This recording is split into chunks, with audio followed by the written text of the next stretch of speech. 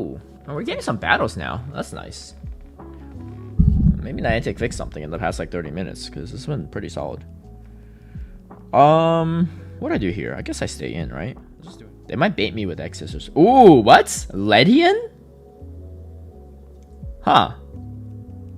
That's really spicy. They come in with a third, maybe? Bug Buzz is the better play, I think. Oh, their name in their name in the game is Bug Maniac. I love it. On brand.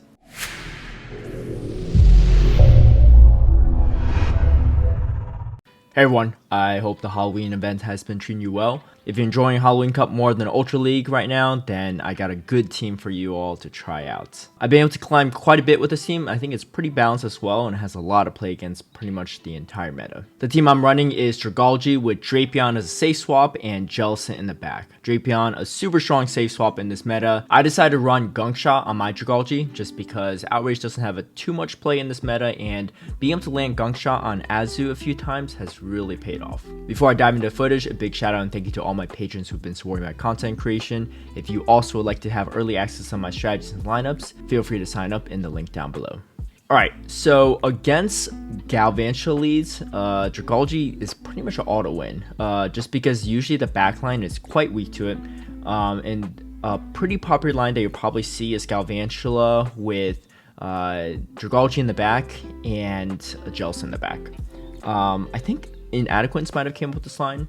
Definitely a strong line, but against this line just have a very strong team comp advantage. Able to bait out a shield with the ball beam, but honestly that was probably a little unnecessary. And as expected, usually the backline mons are quite weak to Drapion and Jellicent. Galvantula is probably the hardest wall to, Dragalge is probably the hardest wall to Galvantula in the meta. It's just super strong, resists every single thing it throws, and those Dragon Tails just really add up over time. So we'll take a look and see what my opponent throws are here. Probably going to be a lunge. Oh no, they don't even get to move. Alright, Alolan Marowak, also a very nice lead because pretty much the whole team can beat this. Dragalge and Drapion have really solid matchups, and Jellicent has a pretty solid matchup as well, just because you can spam bubble beams, you can the Hex is doing super effective while you're resisting all of the fire spins. So my opponent here is actually staying in, so I'm going to just ensure I win switch just to see what they have in the back, pivot out. I have 2 checks for Azu, and so here comes the Galvantula. Like I mentioned earlier, Dragalge is a super strong check to Galvantula, so once you lure this out with the Drapion, you still have a very strong check to Azu in the back with Jellicent, and yeah, you can finish it off pretty easily there. So we're going to see how much damage these lunges do. Very little. These discharges also doing very little because that dragon typing resisting all that damage. I'm just going to go build up for the Gunk Shot or force them to throw the MG. They do throw the MG, and now uneven shields, Jellicent should be able to win this pretty easily without needing to bait. And my cat's gone. Alright, so yeah, I'm just going to shield the play rough. Might as well, even if they bait me with an ice beam, would not be enough for this Azu to finish me off. And then yeah, able to finish it off with a Shadow Ball right here. Alak, a very solid lead, pretty hard to lose because you just have so many things that check it. Alright, so Azu in the lead, definitely not ideal, and then they come in with a counter swap with Toxicroak. This is the hardest counter to Drapion probably in the meta. Yeah, I don't think anything else counters this as hard. My opponent here is actually going to go for a full farm down. So now my play usually is coming back in with the lead so you don't reveal your third Pokemon. But in this scenario, I actually do come in with Jellicent just because you can resist all that all the damage. And I actually force my opponent to give up switch here. Meaning that they probably have another thing that beats my Dragalge in the back. But at this point, I can't. There's no way I could risk swapping to my Dragalge, so I am going to farm this Azu all the way down. I should go for a catch right here, hoping to catch a play rough. Ends up catching a ice beam, so that's actually less than ideal. And then they actually shield my Aqua Tail on their Nidoqueen, so this is quite nice. Surprisingly, they went for Poison Phase, so they have to kind of dump both. Poison Phase is not going to be enough. What I should have done here is probably farmed a little extra, and we're going to see why in a second. So they still have the 1 HP Azu that I had to watch out for. There's some weird lag where they're throwing a counter and throwing the move when they're coming in. But even without that lag, I could have easily won that still, I think, if I just overfarmed, right? I was 1 hex away from that Bow Beam. Had I just got 2 or 3 more hexes off against the Nidoqueen, I should have been fine just because they were out of energy. Alright, so another scenario where we face an Azu in the lead. It was surprising there weren't too many Toxicroaks in the back that counter swapped my Drapion, so it actually wasn't too bad, even though that's the hardest matchup to see, right? But I'm going to go force double shields here. I know that my Dragalge is going to resist this Aqua Tail damage, so I might as well just take it resisted, get a little bit close to that Gunk Shot, and then here comes the Azu. So this is always pretty interesting. That happens more frequently than I expected. There's a lot of teams with Azu in the lead that don't have too strong Jellicent checks in the back. So Azu's not the worst against Jellicent, so I can understand the logic behind that. My opponent here is actually running 2 things weak to Jellicent, and that's going to be a Nidoqueen right here. So go for the Bulb Beam. It is debuffed. Doesn't really do too much. It's just some extra chip damage. It was honestly a good catch for them to catch it, but I do get to that second Aqua Tail before they get to the Earth Power, and now able to still get to that last Bow Beam against Azu. Now, this is a good example where Bow Beam is really coming in handy. Obviously, if you have Jellicent in the mirror match in the back end with shields up, you definitely want that Bow Beam as well for bait. But there's a lot of situations where having that Bow Beam doing just a little bit extra damage is much better, because I wouldn't have gotten to a Shadow Ball there, right? Even against something like Azu. So, against Jellicent swaps, if you could catch a move, great. That was pretty much my play there. And then now I want to kind of maintain shields because I need my own Jellicent to kind of handle theirs. Scizor is going to win CMP here, but I still don't want to just throw this instantly just so I don't take too much, bullet punch damage. Alright, so my opponent does come in with Jellicent here. Jellicent Mirror is not super comfortable, to be honest. There's a chance that they have a Dark type in the back, which would not be fun. But we're just going to risk it and see what we have going on. It's probably going to be something that beats a Dark type, and it is. It's going to be Azu. So Jellicent lead kind of makes sense to run 2 things that check Dark in the back. And now, even though they have a shield advantage here, I'm just going to try to whittle down these shields as much as possible. I have some energy built up on my Dragalge, and they double shield. So at this point, I'm committed. I'm just going to throw this Gunk Shot. I probably should have done the Shadow Ball first. I don't know. But I just go straight for the Gunk Shot. Is enough to finish off the Azu. Always a fun feeling to Gunk Shot at Azu there. Alright. Golurk. Now, this seems like it might be good against this team, but look at how much damage these Dragon Tails are doing. It's actually not the worst matchup. As you can see here, they actually had to spend 2 shields here to be able to take out my Dragalge. So they actually swap and do a great catch to their Mawile, but I'm going to go straight for that Shadow Ball, prevent them from throwing any damage. I probably could have farmed up a little extra. It takes them a second to get that Play Rough, but I still get to this Shadow Ball against this Golbat, and I'm just going to no shield because my Drapion still has really solid play against Golbat, resists all of his moves. Still going to no shield at this point, and my opponent is going to commit to just Poison Painting me here. And then now I'm going to go to the Drapion. I can resist everything here, so I'm going to just save my shield. I don't know. For the Golurk doesn't really have anything super effective against Golbat anyway, but it's good to always shield the second move. At this point, I realize that it's not going to matter either way if I spend the shield or not.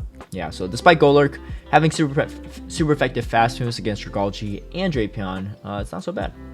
Alright, Nidoqueen. Again, a really nice lead to face off against. Kind of like AWAC and Galvantula, you have, or not necessarily Galvantula, kind of like AWAC. You have checks for it in the back, so you don't really need to swap out. And so usually people swap to a soft check, which is going to be the Umbreon here. So I'm going to tank the damage and then come in with my Dragalge, or Drapion, sorry. Drapion here is going to do quite a bit. Even if I don't win switch here, I have my Dragalge in the back that could still come back in, and my opponent doesn't really want to face that Dragalge with the Nidoqueen, but they don't really want to face it with the Jellicent either. So they do come back in with their Nidoqueen, and they're just going to sack it, which is probably not a bad idea. And then they come in with their Escavalier. So they are locked in here in this matchup because they swapped out and their Nidoqueen got taken out before their timer is up. So I'm going to save my shields here. I expect the Umbreon to come in soon. So I'm just going to tank these moves. I throw a Bubble Beam here, probably expecting the Umbreon. I don't actually know why I did that. I probably was expecting them to come in with the Umbreon. But I do snipe the Umbreon with my Aqua Tail on the Dragalge, and then now I'm able to finish off the Scav with the Dragalge as well. Alright, Shadow Scizor, kind of a tricky one. I like to throw the Aqua Tail right away. Most don't throw the Night Slash right away. They'll build up to the Iron Head. In those situations, I throw the Aqua Tail and dip. But in this situation, they threw it right away, so my Dragalge has a little bit weaker health, and then this one's actually not even running Iron Head, so that makes sense because they go straight for the X Scissor. And then again, able to draw Dark types really well with Drapion, which is kind of nice. I am going to shield. This last resort is going to do a bit. It's going to cost a little bit more energy than Foul Play, so I'd rather shield that and then have to shield Foul Play on my Dragalge, right? I think that's kind of my thought process there. And then now I'm in a pretty solid matchup here. You know, despite that Jellicent is weak to those Night Slashes from Scizor, you do resist all those bullet punches, which is really nice. And then I'm going to go straight for the Shadow Ball. See if they shield or not. If they don't shield a Bubble Beam, I'm in a tough spot, so they're probably calling my bait here. And now I can safely bait with a Bubble Beam, able to grab a shield there. And then now going to start spamming away. They can't bubble me down, so they kind of have to throw the energy here. So that's why I swapped here. It's not really a chance where they could farm too much. And then now we're going to bring in the Shadow Ball to one-shot this Azu. And then, yeah. Alright, Dragalge mirror match. So something you really want to make note of is this is a tie if you both throw your Aqua Tails before you're in KO range. So that's why I'm throwing it right now. If I waited one extra Dragon Tail, then they would have beat me if they won CMP, right? So you want to throw the Aqua Tail before you get to that Gunk Shot, before you get to Outrage. You know, some people are like, why not build to Outrage? You won't make it, you know. If they win CMP there and they take you out with the Aqua Tail before you get the third move, you just lose switch advantage for nothing, right? You don't even, like, you didn't even grab their shield, right? So, in this scenario, I do end up facing off against the Scizor here. They really don't want to see what I have in the back end. Or they really don't want to see that Jellicent. But shields down now. This Drapion is going to do quite well against the Azu. And yeah, two Azus in the back. Two Azu checks in the back against the Azu in the back line is definitely going to be a much more favorable matchup for me. They throw the energy here. It's fine. Doesn't even KO me, but even if it did, my Jellicent would be able to finish off with one Hex. Yeah, Obstagoon. Honestly, any dark leads you can face, always a great sign because you help make life easier for your Jellicent in the back. So I usually just stay in here and throw the Aqua Tails. You could go for the Gung Shot. It's kind of a gamble. You don't really need to against Obstagoon. It's more so against like Umbreons or Manabuzz. It's a huge gamble. If you land it, you're in a really good spot. If you don't land it, you're in a really bad spot. So it's kind of a big gamble here. All right, so my opponent is going to come in with a Frost Slash here. So now I get it debuffed. Put it in a really nice position for my Drapion. So I'm going to go straight for the Crunch against the Frost Slash. It was actually a good shield by them. I'm going to just no shield this because now my Jellicent can definitely sweep with that Shadow Ball. They actually come in to catch a Shadow Ball on the Nidoqueen, which is, I mean, it's fine. It's not really ideal either. And I'm going to no shield here because I want to just save both shields for this Frost Slash, and my opponent is going to concede. There's a chance they're baiting with the Void's Fang there too, right? Alright, so Scrafty lead, probably even better than Obstagoon. Obviously, they could always bait you with Power Punches, but Foul Play does take a second longer to get to. So, yeah, as long as you shield Foul Play, you're fine. Again, Dragalge, very strong matchup against Jellicent. Not really much they could do, even if they Bubble Beam you a bunch or Ice Beam you with Bubble. Drapion just charges energies too quickly and just outpaces. The thing is, even though they debuff here, It doesn't really help out the Jellicent matchup because it still takes 2 crunch to take it out, even if I'm triple debuffed. But it does help out their Scrafty matchup here, but they still no shield, so that's fine with me. I do go straight for that Aqua Tail, and they actually shield. So because they shield, I'm just gonna let this go, even if it's foul play. I know I survive it. And they actually come in with Alolan Marowak, so maybe I should have shielded because this is definitely not a matchup I really want to see here for my Jellicent. But Jellicent shields up is still very solid.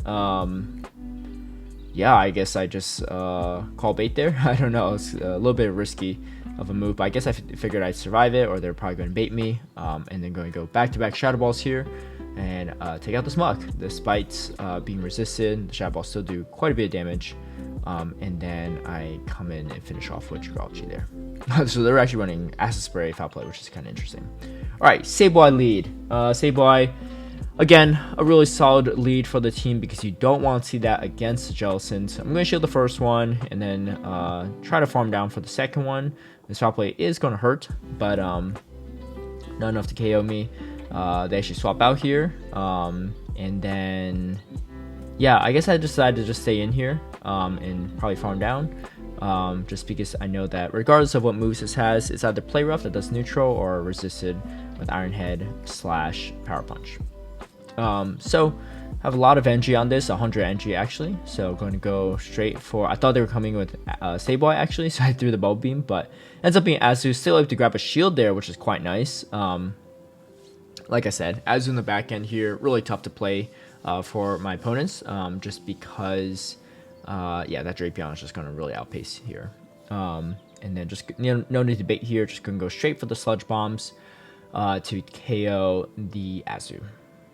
So they're going to throw their Ice Beam, that's fine, and then we throw another Sludge Bomb. And yeah, that's the game. Alright, so going against Umbreon. Play this similarly, just like Mandibuzz. You just stay in here, definitely don't want to really swap out. Build to the Gong Shot. I shield the first one because sometimes it is a Psychic, which in this situation it is, which is actually a really good sign for my Drapion because that's a lot of play. But that's also tricky because there's a good chance in the back end is actually very strong against Drapion. I probably could have gone for the Gong Shot there, but I chose to just, I don't know, play a little safer. They kind of still have to throw the energy here anyway, so that's fine. Now I know I can safely farm this down, so I'm just going to farm it down as much as possible. They might swap out actually to avoid farm, and they do. And now they come in with a Nidoqueen. This makes sense because you have something that's, you know, definitely weaker to Jellicent with the Umbreon lead. They definitely want to take it out. I do shield there because I figured that's going to do a little bit more damage. I didn't expect a Stone Edge, I expected Earth Power, but I figured that's going to do a little bit more damage of whatever they might have in the back. They do come in the Umbreon. Even though they had an Umbreon left, I knew that they probably couldn't get to move. Again, Azu in the back, people love their Azus, but it just does not have much play against this back line. I'm going to go straight for the Shadow Ball again. They probably, oh, they don't even shield here. That's fine. Yeah, it's not unfortunately going to be enough for them. I could just go straight crunch at this point at this health range. They probably shield, and then I'm just going to go straight crunch again. Unless it's a Hydro Pump, which most are not running, I was able to live it comfortably. And yeah, able to finish off the Azu right there. Pawniard, definitely a little bit spicier of a pick. You do resist the Fury Cutter damage on Jellicent, so I was going to play it similarly to the playstyle against Scizor, but my opponent actually swaps out before I do, so that's fine. I'm just going straight for the Bulb Beam here, just go for some debuffs. They probably don't shield, and that's okay. I probably should go for the Shadow Ball on this next one, but I end up CMPing here and just throwing another Bulb Beam. And they actually come in Azu here to catch it. So again, really solid because backline Azus, like I said, this Drapion, Jellicent can clean it up quite well. Yeah, you know, always expect to see a lot of Azu when Azu are around in the meta, and this is ranked quite high in the meta as well. And then I swap over to my Dragalge. I think I probably meant to swap over just to try to land a Gunk Shot. But I end up just catching a Night Slash, which is totally alright. And then here, Azu, again, can't really bubble this down, and I'm going to go straight for the Gunk Shot to finish off the Azu, and yeah. That's GG's. And so like I said, this team was able to help me climb quite a bit, all the way up to 3256, which is definitely probably my personal high for the season at the moment. Like I said, I had a ton of success with this team. A lot of my patrons did as well, so feel free to give it a shot if you've been enjoying Halloween Cup or you're just looking to try a new Halloween Cup team. If you like this video, feel free to give it a like and share, subscribe for future content, hit that notification bell to get alerted right when I post a new video, and I'll see y'all next time. Bye.